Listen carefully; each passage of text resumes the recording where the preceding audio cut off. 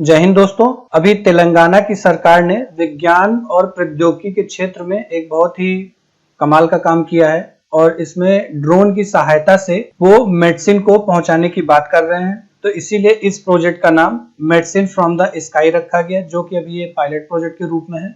फिर इसका विस्तृत रूप हमें देखने को मिलेगा। तो आज के इस टॉपिक में हम डिस्कस करेंगे medicine from the sky project का वर्तमान संदर्भ क्या है, फिर इस पायलट प्रोजेक्ट का लक्ष्य क्या है, फिर और कौन कौन से ऐसे प्रोजेक्ट हैं कि जो इसके अलावा भी ड्रोन के बेस पर चल रहे हैं, ड्रोन क्या होता है, ड्रोन का विभाजन उनके वजन के आधार पर, और ड्रोन नियामक 2018 के अंतर्गत जो एयर स्पेस है उसको 3 भागों में विभाजित किया गया है, वो हम इस वीडियो में देखेंगे। तो वीडियो को शुरू करने से पहले अगर आप इस चैनल पर नए आए हैं, प्लीज इस चैनल को सब्सक्राइब कर लीजिए, बेल आइकन को प्रेस करके ऑल को सेलेक्ट कर लीजिए, जिससे मैं ऐसी कोई महत्वपूर्ण वीडियो बनाऊं तो नोटिफिकेशन के माध्यम से वो आपको देखने के लिए मिल जाए। तो स्टार्ट करते हैं हम वर्तमान संदर्भ इस पायलट प्रोजेक्ट का। तो वर्तमान सूचना में जो तेलंगाना के मुख्यमंत्री हैं उनका नाम क्या है, के चंद्रशेखर राव, और तेलंगाना के गवर्नर कौन है, तो वो है तमिलसाई सुंदरराजन। और तेलंगाना में कितने नेशनल पार्क हैं,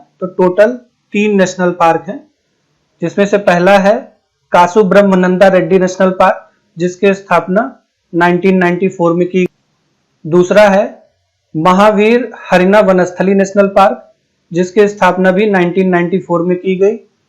फिर है मृगवाणी नेशनल पार्क, जिसकी स्थापना भी जो है 1994 में की गई। तेलंगाना सरकार द्वारा उठाया गया यह कदम, जो एक परियोजना है, जो एक प्रोजेक्ट है मेडिसिन फ्रॉम द स्काई, इस सामाजिक स्तर पर लोगों की सेवा के लिए है, जनता के स्वास्थ्य को सुनिश्चित करने के लिए है, जो कि तेलंगाना सरकार ने ये एक अहम कदम उठाया है। तो इस प्रोजेक्ट के अंतर्गत सिस्टम के ऑब्जर्वेशन के लिए, उसके परीक्षण के लिए 16 प्राथमिक स्वास्थ्य केंद्रों का चयन किया गया है। पहले उसके ऊपर एज ए पायलट प्रोजेक्ट ये रन कराया जाएगा, फिर उसका फीडबैक जब सही मिलेगा तो इस प्रोजेक्ट को ब्रॉडर मैनर में फिर लगाया जाएगा। तो इस परियोजना के अंतर्गत क्या है कि ड्रोन की सहायता ली जा रही है, जिससे दवाओं की डिलीवरी की जाएगी, और दवाओं की डिलीवरी के लिए जो ड्रोन का प्रयोग किया जा रहा है, इसके लिए मंजूरी की आवश्यकता होती है, नागरिक उड्डयन मंत्रालय की मंजूरी की आवश्यकता होती है, जो कि तेलंगाना सरकार को प्राप्त है। तो वैक्सीन की डिलीवरी के लिए beyond visual line of site, BVLOS, इसका मतलब क्या है beyond visual line of site? जब आंखों की दृष्टि से अगर कोई चीज बाहर निकल जाए तो उसी के बारे में बात किया जा रहा है। तो जो ड्रोन है वो जो उसका पायलट होगा, उस पायलट की नजरों के सामने जब ना हो तो उस कंडीशन को बता रहा है। तो beyond visual line of site तक ड्रोन को उड़ाने के लिए मानव रहित विमान प्रणाली 2021 के अंतर्गत तेलंगाना सरकार को स्वीकृति प्रदान की गई है।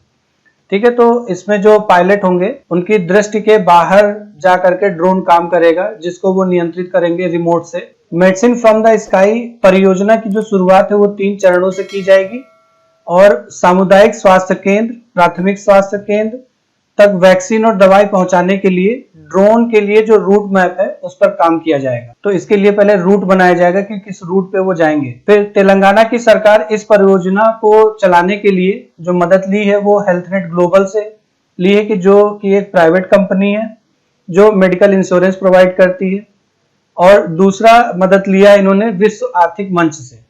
तो इन दोनों की मदद से medicine from the sky project चलाया जा रहा है। Beyond visual line of site का क्या मतलब, एक बार देख लेते। तो BVLOS का जो संबंध है वो मानव रहित विमान के संचालन से है, उसको चलाने से है। इसके अंतर्गत क्या है कि जैसा मैंने भी बताया कि जो ड्रोन को चलाने वाला जो चालक होगा, जो पायलट होगा, वो ड्रोन उसकी दृष्टि से बाहर होगा। तो अब इसमें क्या है कि जो ड्रोन है, ड्रोन की 2 क्वालिटी बहुत अच्छी है, कि एक टेक ऑफ और दूसरा लैंडिंग के समय इनका जो समय लगता है वो बहुत कम लगता है, और इसकी मदद से रिमोट लोकेशन पे बैठ करके रिमोट के माध्यम से हम खतरनाक क्षेत्रों की निगरानी को आसानी से कर सकते हैं। अब देखते हैं इस परियोजना का लक्ष्य क्या है।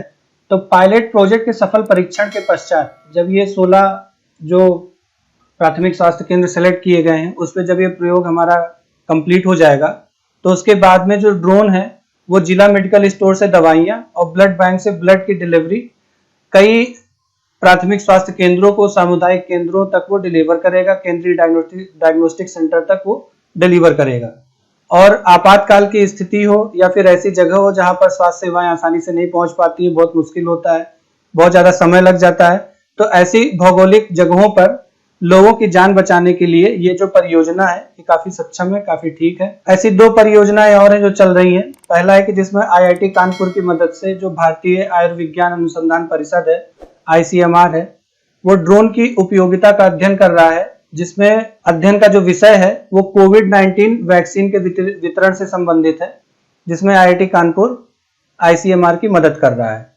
दूसरा है कि अंतरराष्ट्रीय अर्ध शुष्क उष्णकटिबंधीय फसल अनुसंधान संस्थान ICRISAT ड्रोन की मदद से कई विश्वविद्यालय हैं, कृषि विश्वविद्यालय, शैक्षणिक संस्थान है और कृषि अनुसंधान पर ड्रोन की मदद से ये क्या कर रहे हैं, उस पर निगरानी रख रहे हैं। अब देखते हैं ड्रोन का संक्षिप्त परिचय, जिसमें ड्रोन को क्या बोला गया है, मानव रहित विमान बोला गया है, यानी कि अनमैन्ड एरियल व्हीकल UAV से इसको संबोधित किया जाता है।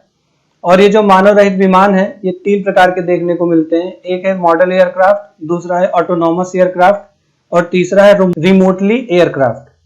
तो रिमोटली जो एयरक्राफ्ट है इसको वजन के आधार पर आगे विभाजन किया जाता है। तो रिमोटली एयरक्राफ्ट के इधर टाइप दिए हुए हैं और इधर उसका वजन दिया हुआ है। तो जैसे पहला है नैनो, तो नैनो का जो वजन होगा वो 250 ग्राम मैक्सिमम हो सकता है या तो इससे कम हो सकता है। माइक्रो में 250 ग्राम से लेकर के 2 किलोग्राम तक का वजन होता है। स्मॉल में 2 किलोग्राम से लेकर के 25 किलोग्राम तक का होता है। मीडियम में 25 किलोग्राम से लेकर के 150 किलोग्राम तक होता है। और जो लार्ज रिमोटली एयरक्राफ्ट होते हैं उनका जो वजन होता है वो 150 किलोग्राम से अधिक हो सकता है। ड्रोन नियामक 2018, तो इसमें क्या है कि जो नगरीय उड्डयन मंत्रालय है उसने स्काई स्पेस को 3 भागों में विभाजित कर रखा है, जिसको कलर के बेस पे जोन डिसाइड कर रखा है कि जैसे रेड जोन है तो रेड जोन में उड़ान की अनुमति नहीं है। येलो जोन है तो येलो जोन में नियंत्रित हवाई क्षेत्र है। तीसरा है ग्रीन जोन, जहां पे स्वचालित अनुमति प्रदान है, जहां पे ड्रोन हम इजिली उड़ा सकते हैं। तो ये टॉपिक यहीं पे कंप्लीट हुआ। ये जो टॉपिक है आपके प्री और मेंस जो भी आप प्रतियोगी परीक्षा की तैयारी कर रहे हैं उसमें इससे संबंधित क्वेश्चन आपको देखने को मिल सकते हैं। वीडियो आपको कैसा लगा प्लीज कमेंट करके बताइए, और कोई बात अगर छूट गई है आप ऐड करना चाहते हैं तो प्लीज कमेंट सेक्शन में जाकर के आप कमेंट करके जरूर बताइए, कि जिससे जो व्यूवर्स इस वीडियो को देखें तो उनको इसकी मदद मिल सके। तो आज की वीडियो में हमारी तरफ से बस इतना ही। खुश रहिए, मस्त रहिए, पढ़ते रहिए स्टडी पॉइंट 7 के साथ। मिलते हैं हम नेक्स्ट वीडियो में। धन्यवाद।